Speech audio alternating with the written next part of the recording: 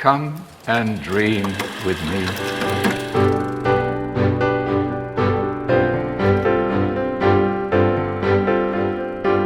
Hello, welcome to What Do You Want to Watch, the Explosion Network's premier media podcast every fortnight. We get together to talk about movies, TV, and online content and help you answer the question, what if my top three, number one is Fillmore? Shit, I just did what Spike Lee did at the Cannes Film Festival, announced the winner right at the top of the show. I'm Ashley Hobley. Joining me today, Dylan White. Is that actually your answer? Maybe. Okay. All right. Welcome to What Do You Want to Watch, everyone? Don't want to ruin the suspense of the show. I mean, sure. Just turn it off now. Alright, we've got a big show. We'll be talking about everything I watch history, covering some news. We'll be giving some thumbs to trailers and giving our top three for this week. Which I may have given away already, but let's kick things off. Dylan, you went out and watched the new M. Night Shyamalan film, Old. So I've seen a lot of mixed reviews to this one. Where do you sit on the fence? It's not very good, but I don't think I hate it as much as some people, I guess. Shout out to Buddy Watson. I haven't listened to Radio Watson yet, but I already know that it's I know what to expect. Yeah. If you want a full spoiler cast, go listen to Radio Watson's episode, because we're not doing one. Yeah, we're not doing one, because Ash doesn't watch horror movies, although this movie's not scary, so there you go. There's your first thing. And you know what this is? Pretty scary. Yeah, it's true. The setup for this movie is it's a family.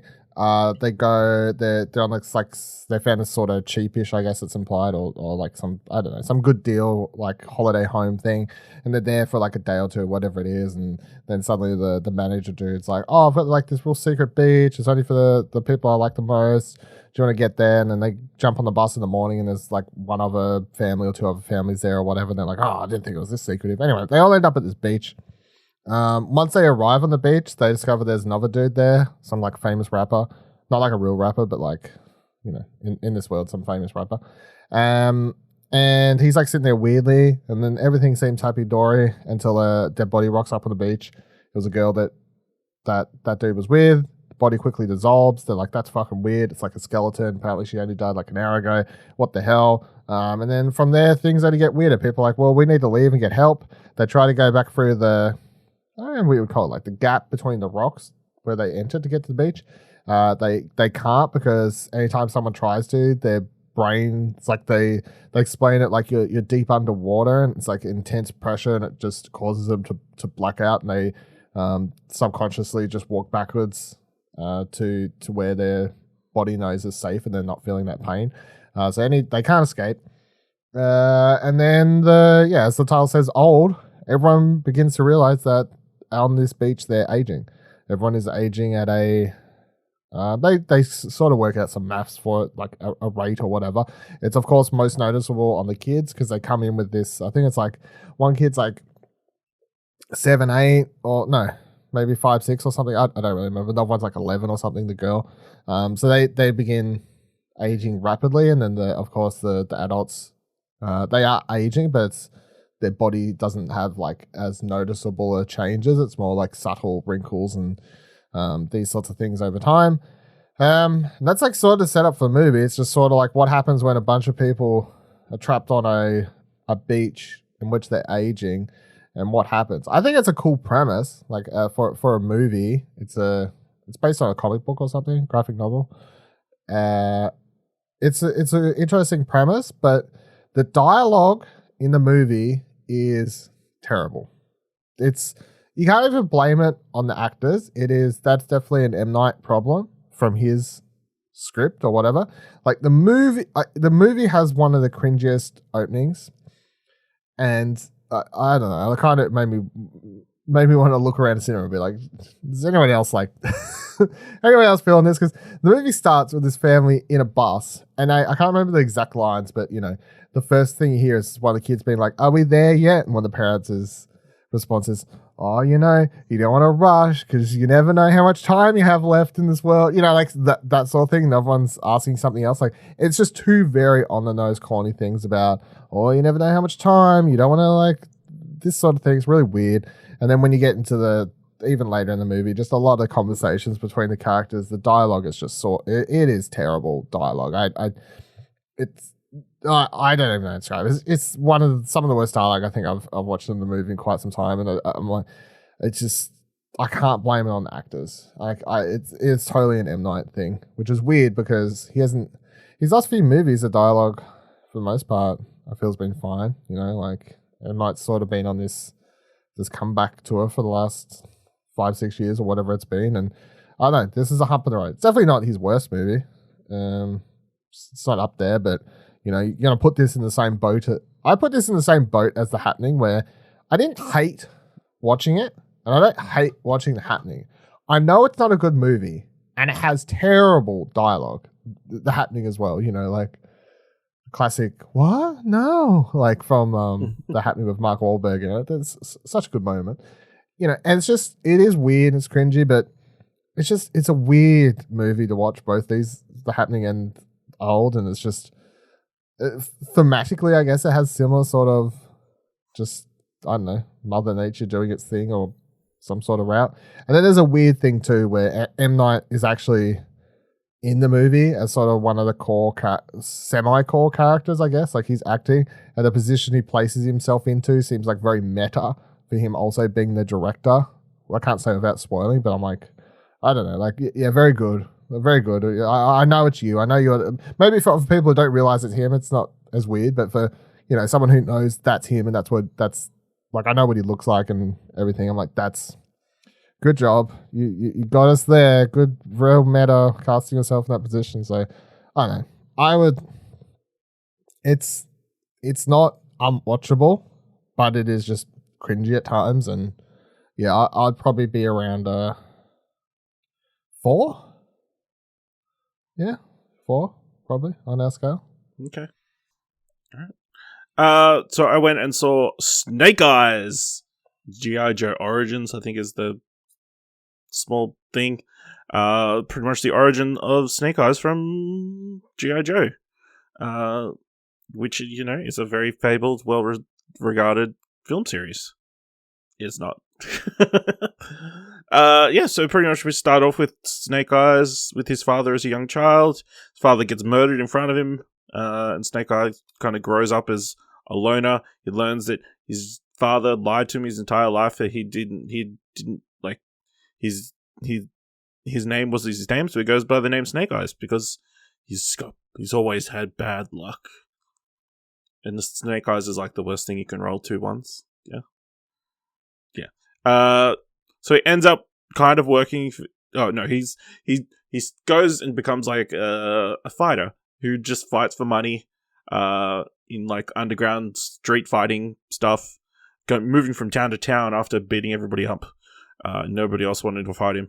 Moves to the next town. He ends up working for the Yakuza, but then he saves an undercover ninja agent. Tommy, who rescues, and then he gets invited to join his ninja clan, but he has to pass a bunch of tests. There's a lot more story there as well, but I don't want to get too spoiler into it. There's a reasonable twist that I didn't see coming, and I wasn't really expecting. This is better than G.I. Joe Rise of Cobra. I would say it's probably better than G.I. Joe Retaliation from memory. I haven't seen it recently, unfortunately. I couldn't talk Dylan into watching that one. I like Henry Golding. I think he's got presence about him. But, the script isn't very strong. A lot of the dialogue is kind of not good. But yeah, a lot of the cast is really good.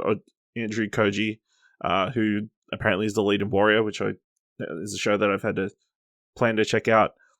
They also I was expecting like the G.I. Joe thing to come in maybe a little bit sooner, but they probably don't introduce that element till they don't introduce the characters properly till probably the final third, which is good because, gives Snake Eyes proper chance to breathe and have his own film. But Samara Weaving I quite liked. I think she's an actress you can definitely build a franchise around.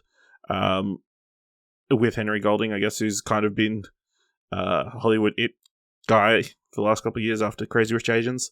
But yeah, the action in this is not shot very well. The movie opens with this street fight, like in this underground, like in an abandoned warehouse, and it is like so shaky cam, it's like almost unwatchable. Almost impossible to see what's going on. They're shaking the camera so much. It does clean up from there, but still a lot of the fight scenes are very heavily edited and that kind of things. Except maybe some of the Iko Uwais stuff that I thought that was shot pretty well, or they edited in a way that didn't look like it was they were trying to hide stuff.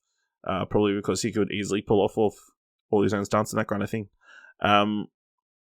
But yeah, this is clearly setting up a G.I. Joe universe or series of films. At the very least, a sequel film to this, if this does well enough. And yeah, I'd be keen to check out more G.I. Joe or more Snake Eyes. Yeah, there's a couple of on-the-nose things that, you know, I don't, bit spoilery and that kind of thing. But yeah, I think it's a fun action film that I think people will enjoy, and a solid opener if they're planning to try and build this universe, which has been pretty much an unsuccessful thing for anybody except Marvel at this point. So there's that. Another action film that I went and saw, and probably a better one, Gunpowder Milkshake, starring Karen Gillan, Lena Headey, follows a assassin played by Karen Gillan. So it follows Karen Gillan's character, who goes on a job to retrieve some money for the firm she works for, but ends up getting caught into a robbery, ransom situation involving a young girl. And then like things sort of spiral out of control because just before she's accidentally killed the wrong person, and a certain people are after her and that kind of thing.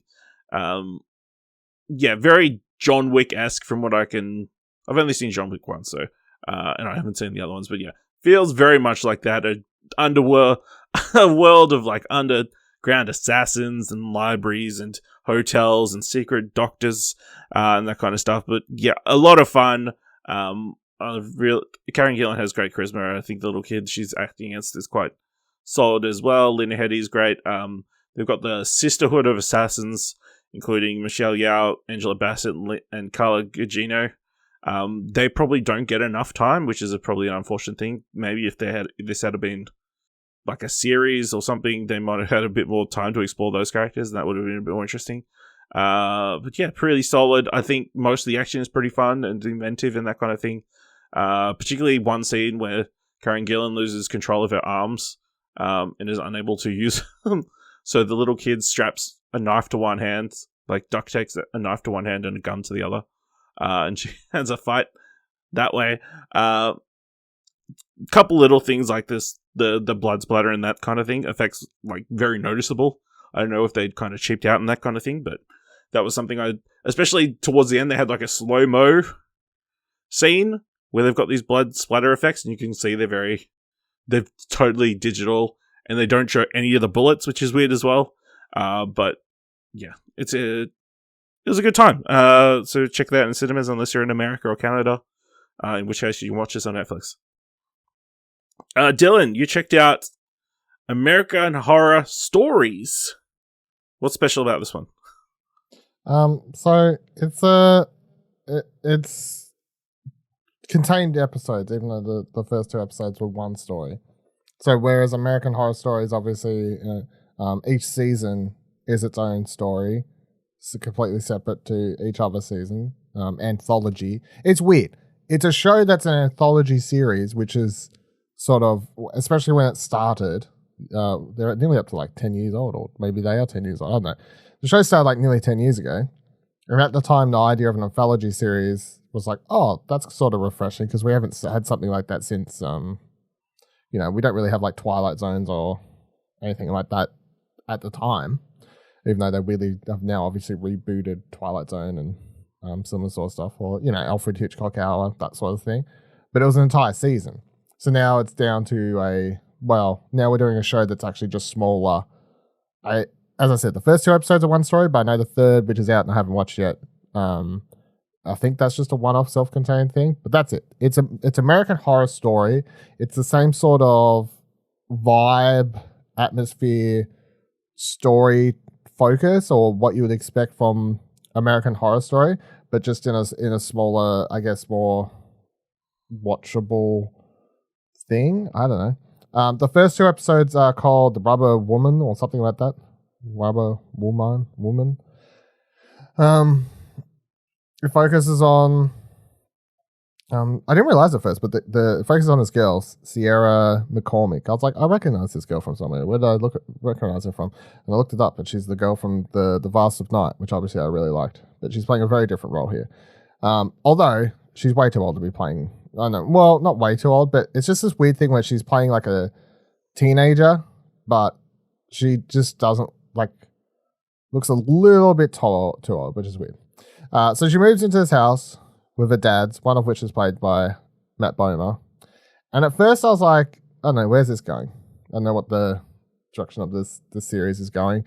She finds the black leather suit, which is from season 1 of American Horror Story, where they had the this person, without spoiling it, I guess. Well, no, it was Evan Peters' character, whatever. Evan Peters? Yeah, that's the actor, right? Yeah. It was his character's in the suit or whatever. But she finds it and puts it on, and weird things start happening, and you're like, oh, what's the go here? And then there was a weird part in the first episode where suddenly she walks downstairs, and her dads are like, look, we need to talk to you about something. I was like, oh, where are we going with this? And like, we know what porn you've been watching. I was like, what a direction for this series to suddenly take. Like, why are we talking about porn? I was nearly laughing because it just seemed like such a left field thing. But then they're like, oh, apparently she had a habit previously where they discovered she was watching really fucked up, aggressive porn, people being hardcore beyond BDSM, fucked up, violent shit. And they were like, you shouldn't be watching that. That's bad. That's not good at all. So then they're like, oh, we paid someone so we could make sure to spy on what you're watching.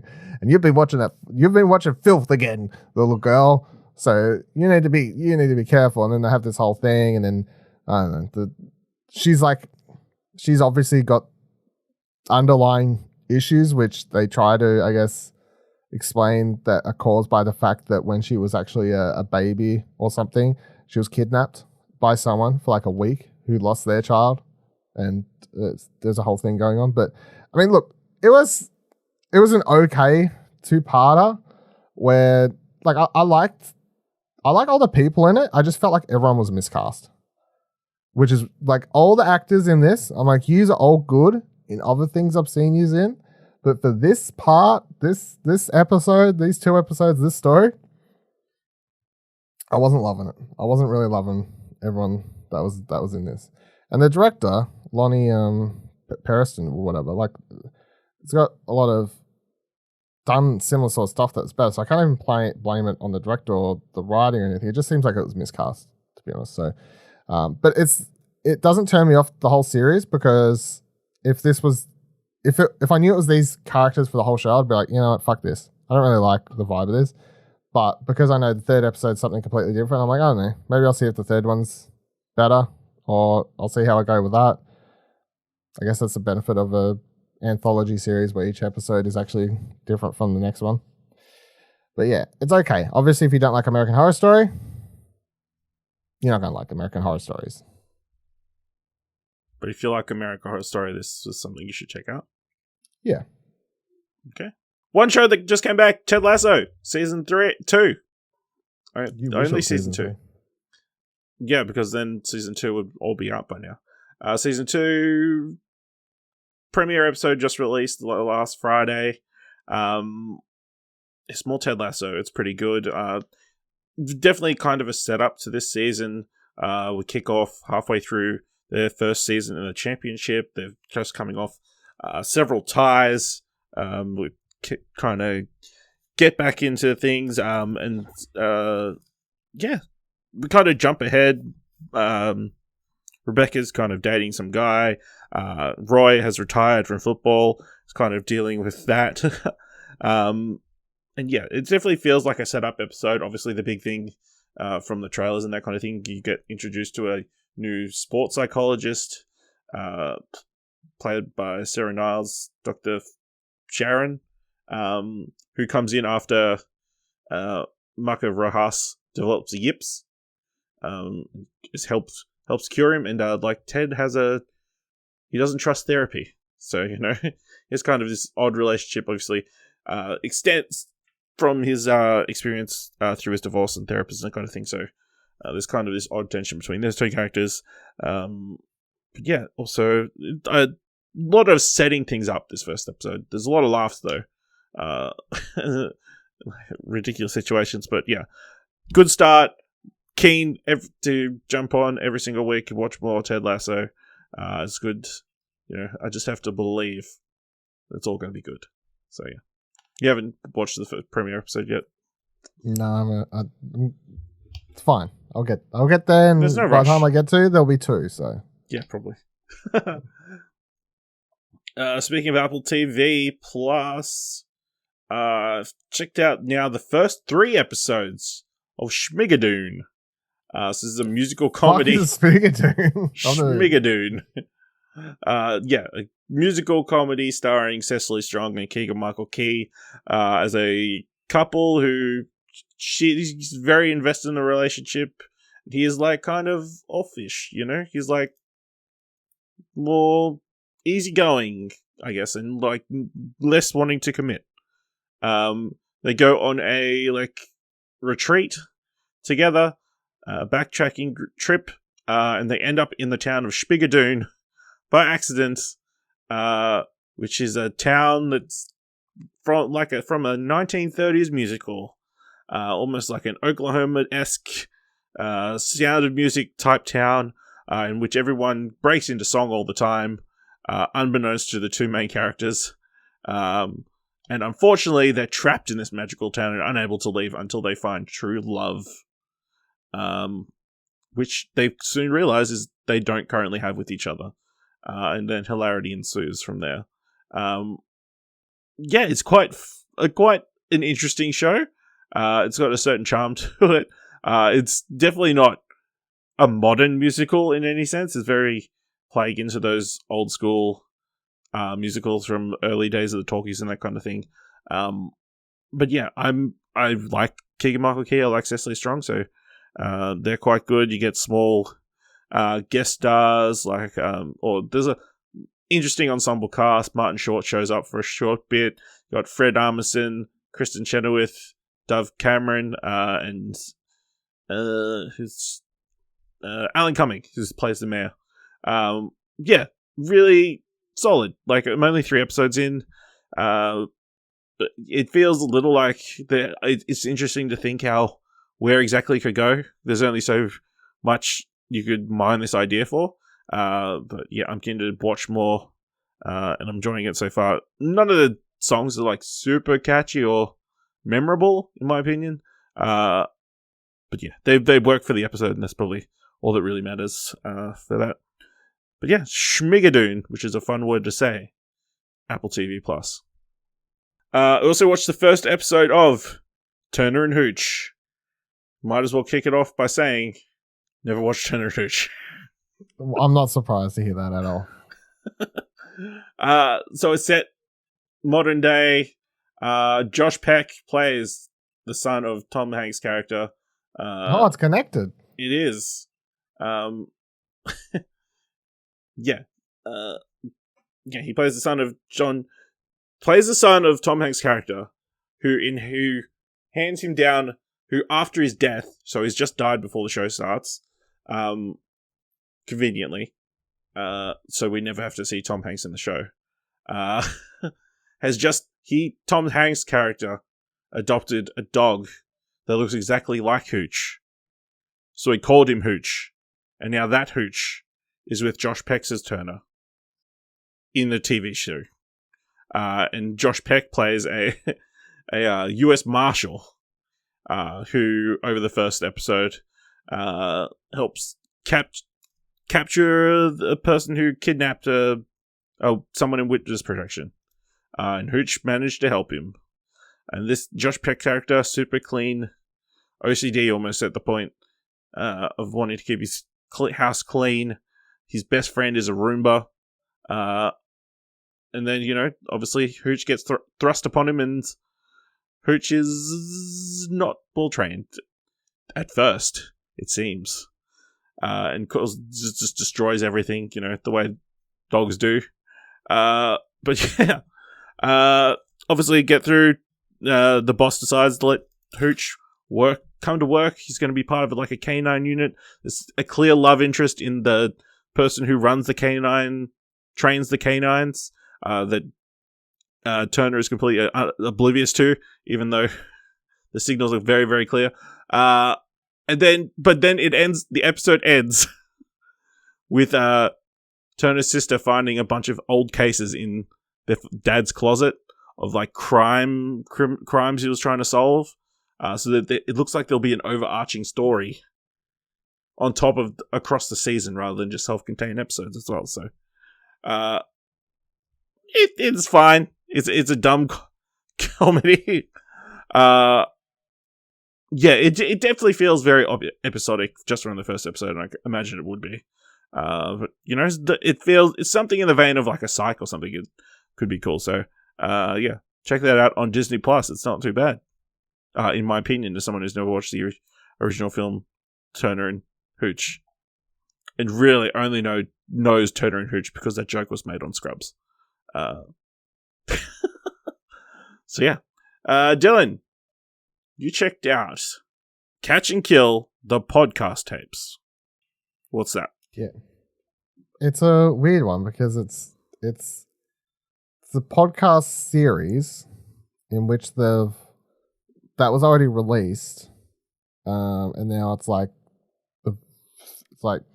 video of that plus new footage edited, I guess, to make it into a new thing. So it's Ronan Farrow's podcast series where he interviewed a bunch of people about Harvey Weinstein, because of course he was the sort of broke the Harvey Weinstein story a couple of years ago, or the main big one, obviously, and he can't claim that he was the first person to. Anyway, Harvey Weinstein. And he's got interviews with a bunch of people in it, and it's mostly edited around these interviews, them talking on the podcast or whatever. I'll have footage from what do you call it? Like B-roll, I guess. But for mostly it's just talking heads. Literally just two people. It's like watching our podcast on YouTube. But slightly a bit more editing and whatever else, I guess. But yeah, I think there's supposed to be 6 episodes total. I've already watched 4, I think, or something like that. It starts with this, I'm sorry, I can't remember her name, but this woman who actually, she actually called up police about, she went to a meeting with Weinstein and was he touched her breast or something like that, and she was like, oh my God, what the hell? And she rang the police and then went to the police and was they were like, oh no, not again. And she's like, what do you mean not again? And then agreed to wear a wire. And then this was a few years back now. And the interesting thing of this is they discuss how she went for this whole thing, was trying to have something come with it, but then just, pressure from him and all these sort of things. He tried to he basically bribed her off and pressured her to the point, brought out all these people and whatnot.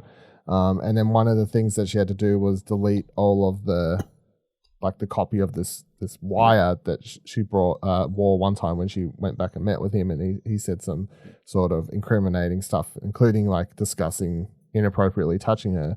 But she was smart enough to somehow secretly send away a copy of this file that several years later, when Ronan Farrow was investigating this and reached out to her, she still had. And that was a big part of the case that went from there. And there's the next episode's on, I think it's the reporters, and then it's either the producers or someone else, other journalists or something. Each one's focused on sort of a core group of people that he's talking to and discussing. Either the reporters is other people who tried to write about Harvey Weinstein who got shushed, or people that tried to help Farrow write about Weinstein and helped him, or these sorts of things. And the assistants is these few girls who like what they went through being the assistants of Harvey Weinstein and what they had to see and put up with, including him just walking around naked on their first day at the job, and apparently being like, oh, this is normal, I guess I'll just put up with this and all this sort of stuff. So yeah, it's just interesting discussions that you could possibly hear in different format, but you get to see them talking at the same time, and it's intercut with footage and photos and video and stuff like that. And yeah, I'm enjoying it as much as you can enjoy hearing about a piece of shit. Yeah, absolutely. All right, let's move into the mandatory Netflix segment of the show. Kicking us off, one of the big releases of the last couple of weeks, Masters of the Universe Revelation. So this is a follow-up sequel series to the 1983-1985 Filmation series He-Man and the Masters of the Universe, kind of picking up right where the events kicked off. Interesting, only 5 episodes long. It's only like the part 1, they're saying, featuring all the characters that you know and love, like He-Man, Teela, Orko, Cringer, Man-at-Arms, and all the villains like Skeletor, Evelyn, Beastman, and all that. I mean, it's pretty good. I'm just gonna kind of spoil something from the first episode, so if you don't want to know anything about this series, jump ahead like a minute or so. So the first episode kicks off. There's a massive confrontation. Skeletor has a secret plan to get into Castle Grayskull and unlocks the secret behind why Castle Grayskull is so magical, powerful, this secret orb thing. He-Man comes to the rescue with all his companions to try and stop Skeletor, but He-Man ends up blowing himself and Skeletor up, and the first episode ends with He-Man and Skeletor dead and magic return, leaving the world of Eternia, or whatever it's called. So then the next few episodes is about follows Teela, and kind of like the aftermath of this world, where she's kind of been she learns that He-Man was Prince Adam this entire time, and she's doesn't react very well to being lied to all this time, but then gets pulled back into trying to reforge the Sword of Power, so the magic can return to the world. Obviously, that was not well received, and I can perfectly understand why that would not be very well received. But I think for the story they're wanting to tell, I think it works. I think it is just too short. I feel like they could have done a couple of extra episodes to flesh out this arc a bit more. I think, yeah, that's my main takeaway. I think they quickly get to the ending. And it feels like, yeah, obviously this is written by show run by Kevin Smith. It feels like he was worried this wouldn't stick around for very long, so he wants to get as many ideas out as quickly as possible. So he gets to a big midpoint reveal that I feel like they could have spent a couple of extra episodes letting especially new people get to know these characters a bit more, and that kind of thing. So yeah, I think it's quite good, but if you're a super fan, you might be a bit pissed at certain things. But it's called Master of the Universe, not He-Man and Master of the Universe. Yeah, so I haven't watched it, but when I saw the outrage, I had to look up what the outrage was about, obviously. Everyone was like spitting it, like, we got lied to. I'm like, the show's actually not called He-Man. So are you lied to just because he's in the trailer if the show is called Masters of the Universe? And also, the idea that you can be lied to about a movie or a TV show or a book or anything, I'm just going to say straight away, I think that's dumb. Like, it's not like food where you're like, I want a pack of Doritos and they gave me fucking salt and vinegar. And you're like, this is fucked up. Like you order a steak and it's wrong or whatever. Like, everyone's all like, let the artist tell the story they want to, until they're like, well, you didn't tell the story I wanted, so I was lied to. Like, I just think it's up. There's like that. There's literally like so many. There's like a Steven Seagal movie where he's on the front of the poster and he dies 10 minutes into it. I can't remember which one it is now, but like, Scream 1 using Drew Barrymore as the poster girl and advertising it that way. Like, if that came out today, are people going to be like, oh, you fucking lied to me? Like, come on. Just fucking get over yourselves.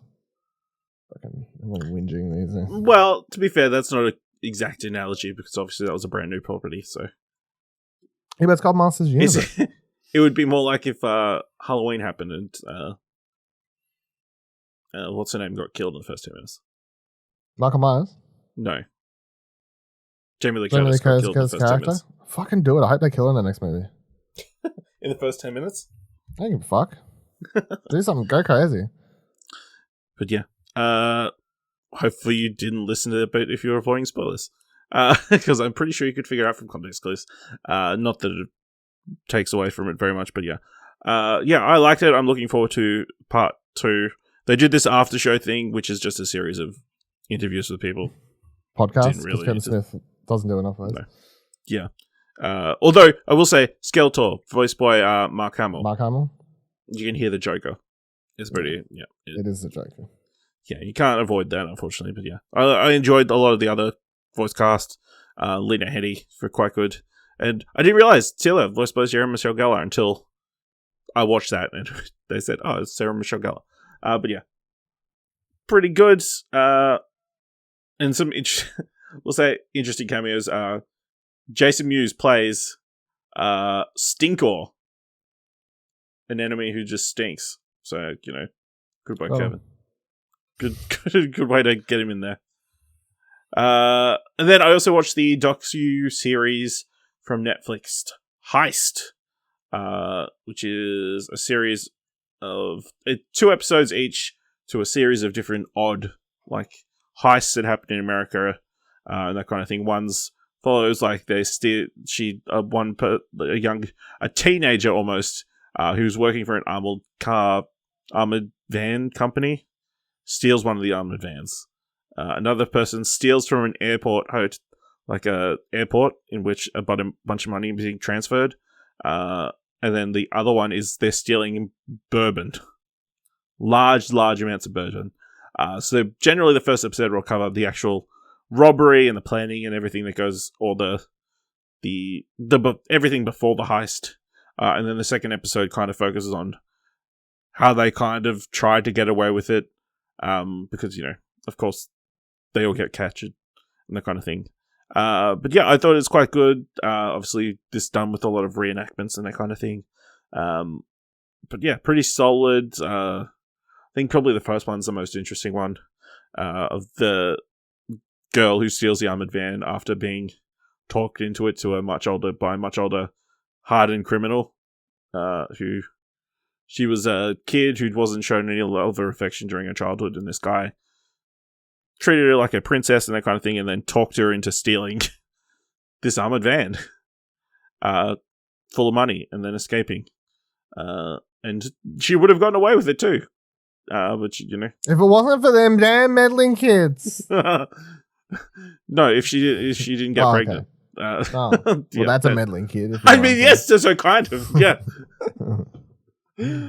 But yeah, an interesting series. I suspect there's probably something that'll continue. Seems like a surefire, a good premise for a series of documentaries and that kind of things. So yeah, I would recommend that if you like your true crime kind of stuff and just want something a bit different from all the murders. Love a good murder. Who doesn't? All right, that's everything that's in our watch history. Let's move into some film news. A bit of controversy about an upcoming documentary about Anthony Bourdain. So the documentary Roadrunner, a film about Anthony Bourdain, I believe opened in America over the last 2 weeks. Directed by Morgan Neville, who did the documentary 20 Feet from Stardom, which got critical acclaim, I think shortlisted for an Emmy. No, it won the Academy Award back in 2014. He also did the documentary One Should Be My Neighbor about Fred Rogers, which I quite enjoyed as well. But yes, he did this documentary focusing on Anthony Bourdain, who most people would know as the food critic, travel blogger, multiple TV skilled presenter, host. I guess. Yeah, TV host. Yeah, he did a lot of things. Died a couple years back. Died a couple of years back. his documentary is told in a way in which Anthony Bourdain is kind of narrating himself, is the premise. But for this to work, as part of the documentary, he's got these couple of emails that he writes to his colleagues that they don't have any dialogue of Anthony Bourdain saying those things. So what they did is they put his voice inside of an AI device, and they got an AI version of his voice to read those emails as part of the documentary. And this is causing a bit of got a fair bit of backlash on the internet from film critics and other documentary filmmakers, saying it is very unethical that they would do such a thing. Dylan, I'm guessing you didn't follow this story, but what are your gut reactions to someone doing this? Did his family pass off? It doesn't appear to like it. Not from what I can see. Well, how do they make it happen if the family doesn't agree? Sure, there's legal things there. Well, I guess they had legal rights to all the audio that they were allowed, all the episodes of No Reservations, whatever is using. Well, that's what I'd say. I'd say if the family passed on it, and even if you personally think it's weird, but the family said it's fine and they wanted it that way, then I think that's okay. And even if you think it's weird, then you're just gonna have to shrug and get over it. No different than all those people who thought that the Paul Walker stuff was weird in Fast and Furious 7, but it's like, well, literally his brothers are helping do it, so like it's fine. Obviously, it's like if they wanted to add. If they had done Carrie Fisher and Rise of Skywalker, and because her daughter and her family or who everyone had been like, no, totally, just do some Paul Walker type thing to finish those scenes in Rise of Skywalker. Then it's like, even if you were like, no, Carrie, no, she doesn't deserve this, but her family said, no, we want this for her, then it doesn't really matter what you think because the family's above you as a fan or whatever. So Octavia Busier, Bourdain's ex-wife and executor of his estate, denied that she had been consulted about the use of AI to reproduce Bourdain's voice. Then yeah, it's shitty. Full stop. For me, this is a as long as the family says yes, I don't really, whatever I think doesn't matter. But if the family said no, then yeah, it's bad filmmakers. Yeah, I definitely agree. As long as you get permission, you can do pretty much anything, I think. But yeah, if they didn't get, you definitely have to get some permission from somebody related to him, whether a family member, anybody. I think it would feel weird going to his ex-wife to get permission, but I guess that's just how it is. As for the actual use of that technology, I'm fine with that too, I guess, to an extent. It's kind of an odd one where we're coming to a point where we might start getting that kind of thing where we could be potentially, if you wanted to, you could make somebody say anything you wanted, especially these celebrities and that kind of thing.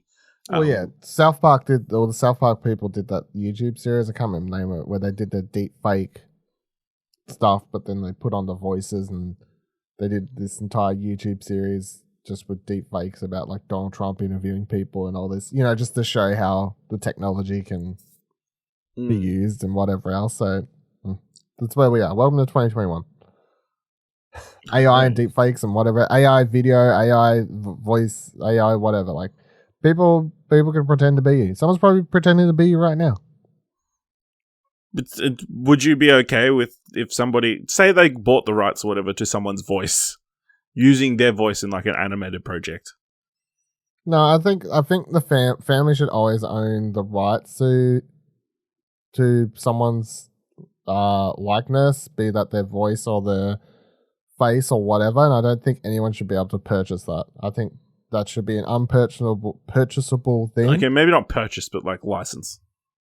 Well, yeah, I don't know. Like if you're the sole remaining son, daughter, whatever of a famous actor, and you, for whatever reason, decide that the way they want to make money is by selling the likeness, be that voice and picture of their famous parent or whatever, to people. You may think it's shitty, but I'm just gonna say that's just one of those things that they can do what they want. Yeah. I mean, it's an interesting discussion. Obviously, this use was very innocuous. But in the future it could not be. But I think this kind of nipped a lot of potential thoughts in the bud. People using it for what, to finish some VO. That's very like tame on the scale of what you could be using it for, I guess. Yeah. Apparently, other than that, the documentary was well received. But I think the other thing that annoyed people was it wasn't disclosed that's what they're doing. Like if they had have put like reenactment or something, like so people knew it wasn't actually his voice or whatever on the screen at the same time, like, or something, or you say it ahead of the film. But yeah, it's a bit odd. But yeah, Roadrunner coming to Australia sometime, I'm assuming. Probably Doc Play or something. Who knows? We'll find out our opinions when that happens. Fear Street was a pretty good success for Netflix, I would say. If you liked Fear Street, you should check out all our spoiler reviews for each episode, or film even, on the What Do You Want to Watch feed. I think we both liked the series overall and came to an interesting conclusion. But apparently, director Lee Janiak isn't nearly done with the franchise, is hoping to build an almost Marvel Universe-esque universe of horror films. She was talking to IndieWire. She said, one of the exciting things about Fear Street is the fact that the universe is big and allows for a lot of space. One of the things that I talked about before I was hired was that there was potential here to create a horror Marvel cinematic universe where you can have slasher killers from a lot of different eras. You have the canon of our main mythology that is built around the fact that the devil lives in Shadyside, so there's also room for everything else. I think that my hope is that audience like it enough that we can start building out. We can think about what another trilogy would be, what standalones would be, what TV would be. I don't ever think about it like TV or movies exactly. That's the great thing about Netflix and what Fear Street is, which is kind of a hybrid new thing. I'm excited about the possibility of what else can happen. Dylan, are you excited for Fear Street 1952 and Fear Street 1476? Let's say Fear Street 0 AD. Let's say not excited, but I'll watch it. I enjoyed Fear Street. It was I'll probably, unless we're still talking about a month from now, I'll probably forget completely about it though. It was sort of in one eyeball, out the other side of me kind of thing. But it was nice to have it as a you know how they say in one ear, out the other. So what should I say if I'm watching something? In one eye, out the other. It doesn't really make sense. It's not really. No, it doesn't. Yeah.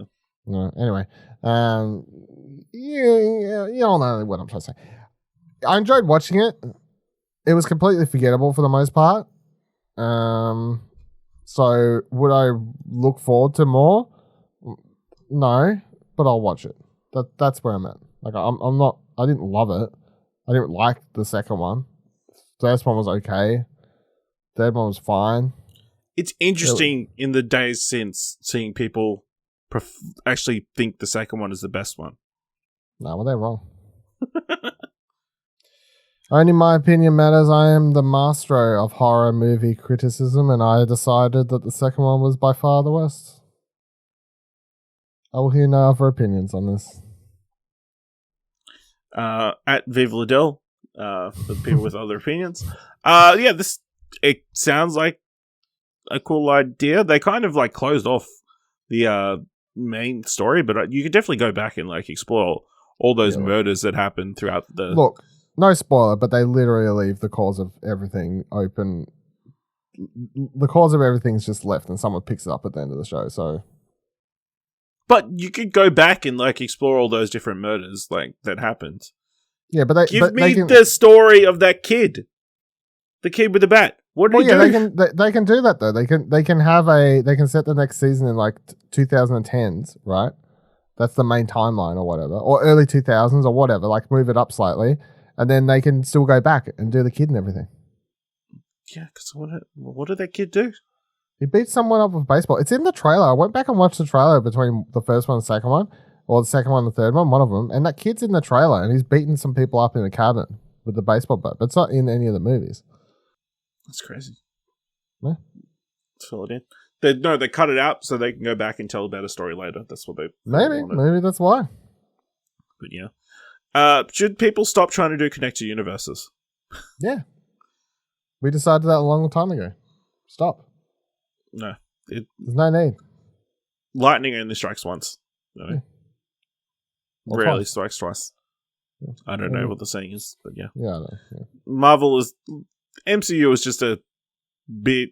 The exception that proves a rule. It's a whole other bitch. I mean... What? A whole other... What's the saying? It's a whole other... I don't know. Ball game.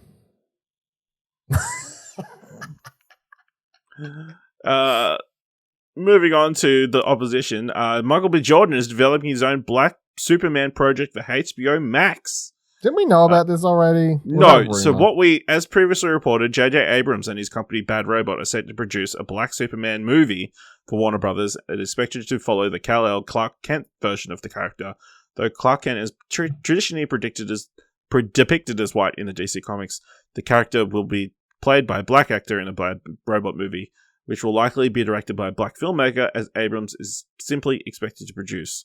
Author and cultural critic Ta-Nehisi Coates is already hard at work for a script for that project. Michael B. Jordan has been rumored to be part of that, but he's always denied it.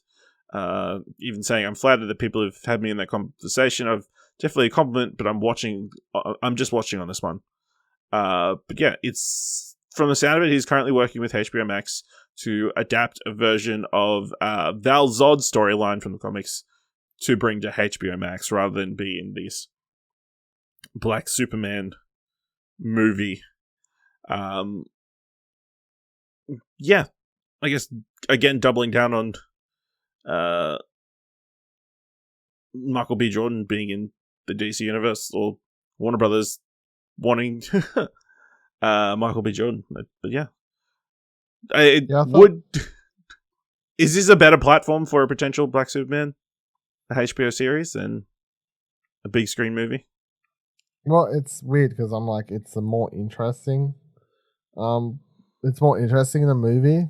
The idea of being able to have more time to explore the characters and stuff like that is more exciting to me as a movie, but also it feels like a step down, like from a just general, like a movie in the cinema that feels like bigger, that feels like, yeah, this is something we're backing. TV show, not so much, but I would actually prefer the TV show. So yeah, it's a weird one. Yeah, and definitely on the agreement that it's odd. But yeah, definitely prefer a TV series over a movie for something like this, that get a chance to get to know the characters more. I think we've learnt that obviously people love watching stuff at home, prefer it more than going to the cinema at the moment. And yeah, do you think two Black Supermen can work at the same time, or does one cancel out the other? Nah. Why if two white Supermen can work at the same time, two black can? But there haven't been two white Supermen. That's, well, I mean, I guess kind of there technically is at there the is, moment, kind of. Yeah, I mean, there's literally a TV show, and then there's usually been TV shows. There's been Christopher Reeve and TV shows, so That's true. Yeah. They did do Smallville at the same time they brought Superman Returns out, so Exactly. I don't know. Yeah, that's an interesting one. And then I guess kind of spinning off from that, they've finally cast a Batgirl in the Heights star. Leslie Grace is set to appear as Batgirl in the upcoming film, beating out other contenders like Haley with Lou Richards and I can't remember who else. But she was the other main person of the role. Yeah, What did you think of the casting? Obviously, you're a big Batgirl comics fan. Did you see this? I saw the casting, but I haven't seen In the Heights, so I don't really know the. She's pretty good in The Heights. I don't think. Well, she's not like one of the standouts, but she does have a B C plot. So, and I suspect, I have a hunch, Batgirl is not going to be all singing, all dancing. So it's hard to say. Yeah, I think you're probably right. Yeah, I mean, I saw the casting. The only thing I thought was like, yeah, good for her. Hopefully it's good.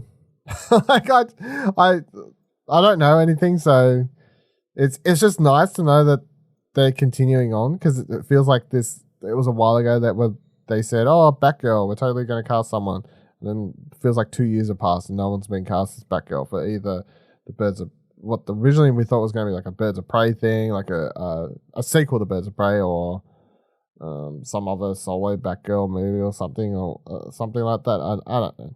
Let's just see. Obviously, I need to see what version it is, what direction they're taking the character. I don't know. There's lots of variable factors for the Batgirl, for her playing Batgirl, that'll make it more interesting to me. Oh no, we made her just play Oracle. Okay, well. Good yeah. I don't know. Yeah, it's interesting. Again, we don't know where this is set. Is it set in the same universe as the Rob Pattinson film? Don't know. I guess they've already set up potential multiverses, so it could be anywhere. I mean, yeah. Well, it's who's playing Commissioner Gordon in the Rob Pattinson film? What's his face? From Bernard from Westworld. You know that show. You love it. I'll tell you. I'll tell you who it is by looking up Westworld. And it's Jeffrey Wright. Jeffrey Wright. So yeah, that could work, even though, you know, it could be part of that world. Black Commissioner Gordon? Have we heard that rage about this yet, or do people not know? No, people don't care about that Commissioner Gordon. I mean, yeah, if you're looking for your white Barbara Gordon, they showed that Oracle's going to be in season 3 of Titans. So there you go. Which is almost that show seems like it's almost becoming a Batman show, which it kind of always was, but it's even more explicit where it seems like they're going into Gotham next season. So, can I just say, I looked up Jeffrey Wright just now, upcoming projects. So, what an upcoming thing. So his old shit's popping off. If you didn't know who Jeffrey Wright was, which fair if you didn't, like he's been in some things, but he's been on the up and up, right? You know, he's been in some parts here and there, but obviously Westworld, I think, is his biggest thing. Batman, James Gordon next year. Ark, the animated series, that shit's gonna pop. He's playing the Watcher in What If. So that's all the show, the entirety of What If, and he's also Felix in No Time to Die. Man, shit's popping off for Jeffrey Wright. Good on him. All right, that's all the news for this week. Let's jump into some thumbs for trailers. First up, we've got The Last Duel, directed by Ridley Scott, starring Matt Damon, Adam Driver, Jodie Comer, and Ben Affleck. A woman claims that she's been raped by her husband's best friend, John D. Carragus. But when no one believes her accusation, her husband challenges his friend to a duel, the last legally sanctioned duel in the country's history. So this one's got a bit of buzz. Obviously, Ridley Scott, but also written by Matt Damon and Ben Affleck. I believe the first film they've written since Good Will Hunting. Good Will Hunting. So together, obviously Ben Affleck's been writing some movies, but yeah. Yeah. So what do you think of this trailer? Ray's mother looks good in it. Whatever that actress's name is. That's all I can know her from. I'm sure she's in other things. Otherwise, Ben Affleck and Matt Damon look really weird in this movie. Like, completely just out of place. I don't know if it's the makeup or the costume or just them. I don't know. It's weird. Adam Driver's fine, but it looks like it's shot well, and, you know, like it's Ridley Scott, so that part's fine, but I don't know. The Matt Damon, Ben Affleck, I'm like, yous look weird in this movie. So maybe when I'm watching the full thing, I'll have less of a problem. But in the trailer, I couldn't help but just they just felt off. They just felt off for me. But everything else was fine. Just the scenes with them in it in the trailer. So yeah. I'd give it 1.5. 1 up, 1 down. Yeah, I'd give it 1 up, 1 down as well. I think, yeah, it just looks okay. It doesn't really stand out from any other kind of film from that period. Obviously, there's a bit of scale around the jewel and that kind of thing. But yeah, it's kind of a storyline that's kind of uninteresting. And they kind of do this weird, like, silhouette kind of thing with crosses and shit all over the place throughout the trailer, not showing you, like, full shots. It's kind of distracting. It seems like Jodie Comer is the only one acting for the most part. Or the only one showing real emotion throughout this, which I guess kind of makes sense, like, for the most part. But yeah, 1 up, 1 down. I didn't really excite me very much, or get me excited. So yeah, jump to *Malignant*, the latest film directed by James Wan, starring Annabelle Wallis, Maddie Hassan, George Young, and Nicole Brianna White. Paralyzed by fear from shocking visions, a woman's torment worsens as she discovers her waking dreams are terrifying realities. Seeing a lot of buzz around this one on the internet. Dylan, what'd you think of *Malignant*? Can't wait. Looks great. Top most anticipated, well, not the top most, but in my most anticipated movies for the year. It's the first new IP that James Wan's done since The Conjuring 1. Obviously, he did, a couple of Siddiouses, couple of Conjurings, fucked over to do Fast and Furious and Aquaman for a bit, and we're coming back around. It's time for a new horror movie, new setup, new premise. The premise is scary. She's like watching fucked up shit and then being like, oh shit, this is actually like murders that are actually happening in real life or whatever. You got some like demon thing chasing her. I don't really know what's going on. It's all shot really cool. Great use of color. James Wan's typical really good use of camera and the way he uses camera in unique ways that just feels like James Wan. And again, it's just like watching something like this, you feel like it is like that. I always want to call it like a AAA horror movie to combine it with like a gaming term, but like it just doesn't feel like just a typical horror movie. There's an element to Wan's horror movies, from Insidious to The Conjuring and stuff, that they all just feel like cinematic events more so than just, oh, it's a horror movie. Like they feel like something more. And this has a bunch of action scenes in it that look quite intense and whatever, and he's been doing those in his horror movies as well, doing a good job at combining like quite high, intense set pieces in ways that are still scary and don't drag away from the tension of a scene. He's quite good at that. So yeah, I'm very, very keen. He's definitely, when you think of horror movie directors who do new and exciting things, James Wan is in the, he's in the top 5. So I'm very, very keen. Double thumbs up. Yeah, looks like an interesting trailer of a film that I'm not going to watch. Yeah, it definitely feels. This film looks like it's benefited from James Wan's work in like big action, visual effects kind of stuff. Obviously, you got those shots of the camera moving around in the background, kind of melting away, which I don't think he'd ever done in kind of any of the previous work. He is kind of similar. That's what I'm saying. Like he does similar sorts of things, but it feels a step above. But he's always been doing these weird.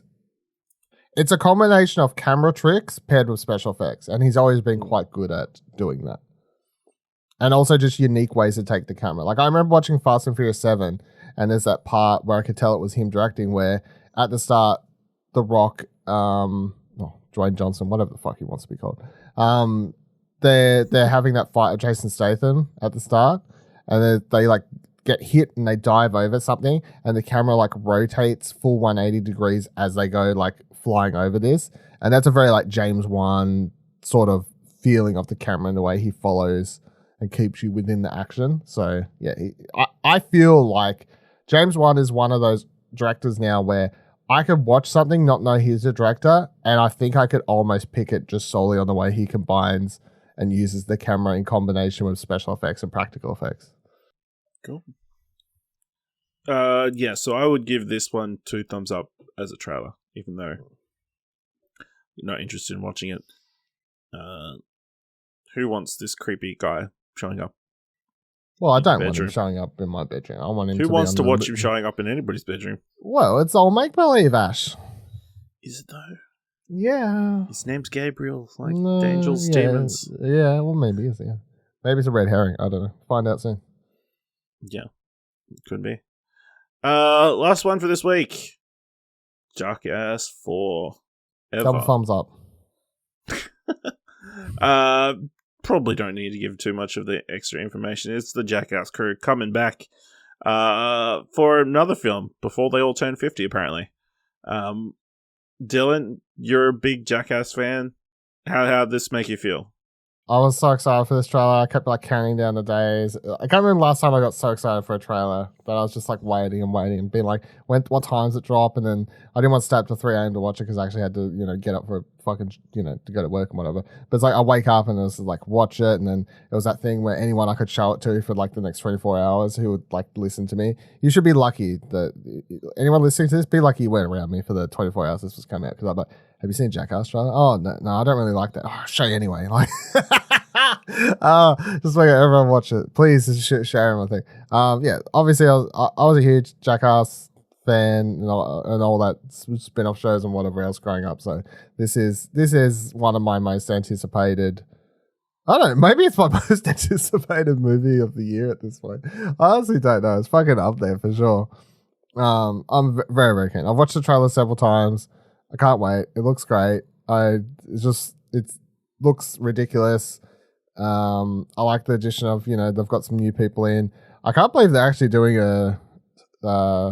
what the fuck's his name? They call the character like Suckerman or something like that, like the old man character that's in all the movies that Knoxville does, yeah. And then they did Bad Grandpa, but I was like, after Bad Grandpa, I'm like, how? There's no way they can do stunts with that character in real life because like everyone knows that character now. I don't think it did that well, so. Well, no, but still, I don't know. It's like, anyway, there's a nice combination of fucked up shit in this trailer and then just like ridiculousness and still that sort of like them fucking with one another that always makes these movies like wholesome / also like thank God you're not actually their friends type feeling. Like the moment it was really double thumbs up trailer, like the way they edited it at the start, like that's sort of cheesy but purposely. When's the last time you like just hung out with some friends or whatever that cuts to just Knoxville saying that classic line that I haven't heard him say? It's like, welcome to Jackass. Like they're all just there or whatever, and the trailers all edited together. And Knoxville's one stage blasted like 1,000 feet into the air in a fucking chicken suit or whatever. Like all credit to everyone. Always treats like people forget Knoxville's like he was at one stage like this hot entity Hollywood like actor, and that's kind of why the Jackass TV show had to go away, and then he ended up doing his movies, but. He is always consistently in the movies, and it's well known behind the scenes that he's always the one that's like pushing for bigger and worse and more dangerous stunts and pranks and all shit. Like he's a fucking menace apparently, and like watching this, you can tell that he's the oldest, and you can tell he's still just like, nah, it's fine, like let's go. He's fucking like blown up by a fucking bull and like flipped 1,000 times in the air or some shit, and you look at the background, everyone's like looking at him like he's about to die. It's love it. And then the after title card bit where it's fucking, is it Aaron or fucking, I can't remember. I think it's Aaron's that's like strapped to the thing with the bears coming in or whatever. It's like, I don't know how the fuck that's gonna go down. That fucking like couple of new cast people, one of them's getting bit on the face by that fucking snake or whatever, like blowing on it. Whatever the fuck's going on there. Shit's fucked, but yeah, I can't wait. Gonna be a good time. Yeah, I have very little history in Jackass. So, I'm cool with like crazy wacky stunts and the kind of stuff they showed in this trailer. Just really interested and like it looks good. The crazy shit. Why does Johnny Knoxville keep doing stuff with bulls? I don't know. Well, he said behind the scenes before the reason he likes using bulls for stunts and stuff, and why they are in like Jackass 2, 3, and now 4 quite a lot, is that you put bulls anywhere and you'll get something. Like they're just wild. So guaranteed. Yeah, guaranteed danger plus stunt. Yeah. Yeah. So I'm gonna give this one 2 thumbs up. So Jackass Forever comes out October 21st. Now, we're going to do a special Road to Jackass Forever series of What Do You Want to Watch? I guess spoiler casts. With me, Dylan, and the pop culturist Ryan Betson. So check those out starting probably last week of September. Up to the lead up to Jackass Forever, and I'm assuming we'll probably do a spoiler cast for Jackass Forever after that with the same crew. So look forward to that. Let's wrap up this week's episode of What Do You Want to Watch with our What Do You Want to Watch top 3. Definitely in the top 3.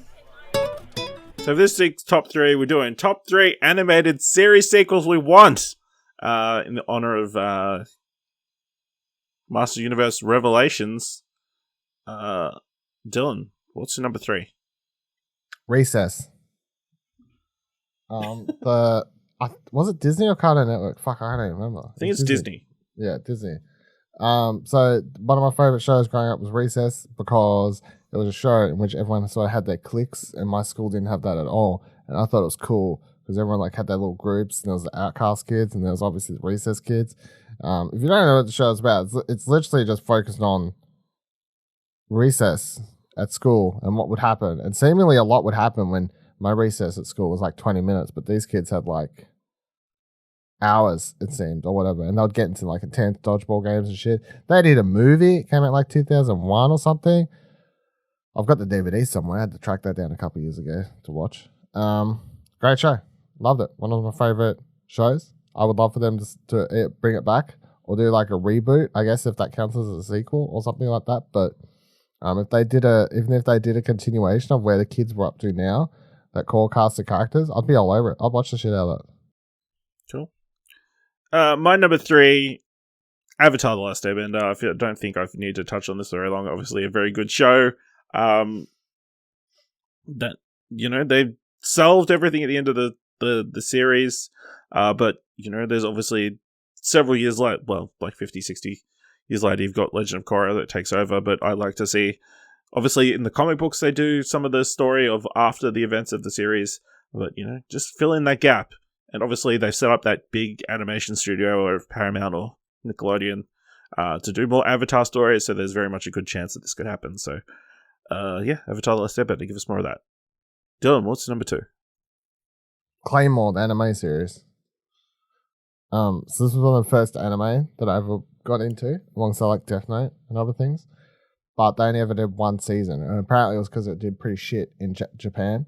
But I really liked it. It's about it's like a weird combination of sort of, I guess you'd call it, like medieval time stuff, where it's like these characters who have big broadswords and stuff, but I can't remember the full like show's lore or whatever, but there's like a supernatural element where they're like, like they got superpowers or they're trained. They're almost Witcher-like, I guess, now that I'm thinking about it. Like these special beings or whatever, and they got to hunt other people or whatever. But they only did one season, and there was more issues in the manga than there was the show.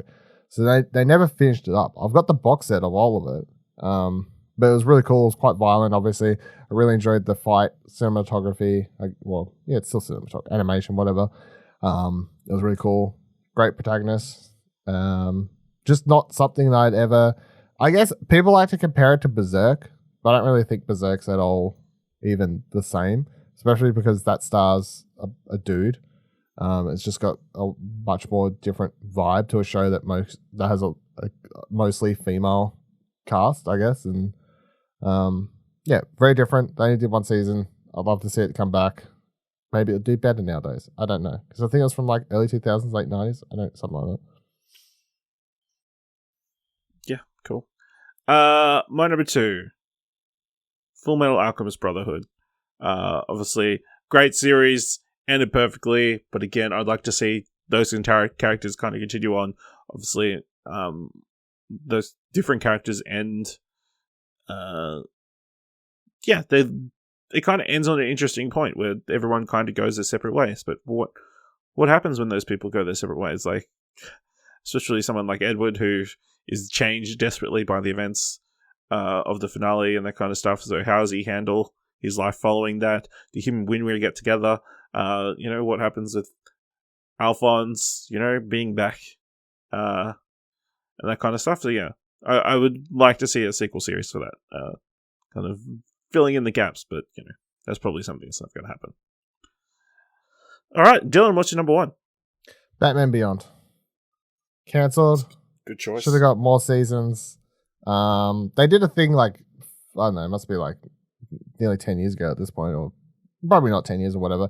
But I remember they introduced, like, the first time they introduced Terry in, like, when they did these New 52 in the comic books, and they brought Terry over into the comics. I was like, fuck yeah, this is awesome. And it wasn't like a spin-off. Because up until that point, the comics had mostly been like, oh, if it's Batman Beyond comic, it's not really connected. And they hadn't properly brought him into the connected universe, and they added him in. And he's like Terry's still like a popular character and whatever else. But it's just weird to think that they've only ever done those 3 seasons of Batman Beyond, and they haven't like tried to do more. And I remember I played like PS1 games for Batman Beyond and all this sort of stuff. Like, there was shit. I used to play these PS1 games. I used to watch the show. I was all about it. I liked Batman Beyond more than I liked the animated series as a kid. I think it was because Terry being a teenager was somewhat more relatable than just Bruce Wayne Batman, I guess, as a kid, watching 2 Batman shows that I could watch at the time, which was, the 2, in my opinion, easily just, there's no argument. It's like, well, the 2 best animated shows. Well, it's Batman animated series and it's Batman Beyond. Like, that's it. It's there's no other competition. So, but they cancelled the show. The final episode's fine, but it's just not really, as with any show that's cancelled, it's not really what you would want out of a show that was cancelled. So, I would love for it to come back. I would love for them to do some big, like, proper big budget movie or something. I don't know, in that universe. I'd be all about it. Cool. Yeah, definitely. It seems like they have to at some point. Like, that's a property that they're just not doing anything with. They should be doing something. Yeah, it's weird. They've done nothing. The closest they've got is what's his face doing Batman Beyond Batman in the Infinite Crisis. Yeah, Kevin Conroy, kind of. Yeah. But other than that, they haven't really touched it. You would think at some point they're finally get the green light to do it in live action. So, and I feel like in live action that would just do so well now, especially to do with what I'm saying, like just having a teenage Batman who's also dealing with his love life and school and also trying to be Batman. Is that not just something that would instantly, much like how it hit with me, it just feels like that's something that would do well. I don't know why it's not. And you got this cyberpunky almost world of that version of Gotham. You know what I mean? I'm going to throw it out there. Maybe that's what they're going to do because they've obviously got Michael Keaton coming back as Batman. I mean, yeah, possible. I think as Bruce Wayne. I think is the Flash going to secretly set up the Batman Beyond film? Maybe. Who knows? The movie seems to be the thing everybody's pinning their hopes on. So introduce your 3rd version of the Joker. All these different actors and different versions of the Joker. Yeah, played by Chris O'Donnell. Yeah, sure. Comes back. Comes back, yeah. That was the thing, right? Because Return of the Joker, yeah. My number 1 is Fillmore. So this is a 2-season animated series that ran on Disney, the Disney Channel. Only ran for 26 episodes. Is a police procedural set in a middle school. So they have a bunch of different like police crimes, but they tell it in the middle school setting, with like safety officers trying to solve the different crimes every single episode. Really creative, interesting, and fun in that setting. I'd love to see more of it. It just got kind of cancelled. And you got these characters or this core idea that could be a cool, like, you could just pick that right up. Like, either they have to start again when they go to like proper high school and the crimes are like more serious and more and more like higher stakes, almost like they're going up to like the FBI or something instead of just being a small police force. Like, it's like bigger crimes, bigger kind of stuff. So yeah, Fillmore definitely one that I like to see come back. I can't believe it's not on Disney Plus at the moment. Otherwise, I'd watch it all. So, Honorable mention: Codename Kids Next Door. yeah, I don't know what that is. You never seen Codename Kids Next Door? Oh my god! It was like these. It was like a bunch of kids or whatever. They had like a secret organization. They lived in like a tree house or some shit like that, and they were like a spy agency basically, or something like that. And there was like 5 of them. They all had like very unique, different personalities. Oh, so good. Man, our slight age difference shows at times. I mean, kind of. I mean, this one released in 1998, so yeah. I don't know. It must have just not been on the channel I was watching at the time. So It was Cartoon Network, I think. yeah, I don't know. Missed it. All right. Well, that brings to the end of this episode of What Do You Want to Watch? What animated series sequels do you want to see? Let us know on Twitter by going to explosion.com/Twitter or jump into a Discord at explosionnetwork.com/Discord. Leave us a review on Apple Podcasts or on Podchaser, or let people know about What Do You Want to Watch on Twitter. And if you like this episode and thought it was $1, if you like this episode and thought it was worth $1, head on over to our Ko-fi page at explosionnetwork.com/support and buy us a coffee. Thank you very much for listening. And until next time, keep watching stuff, I guess.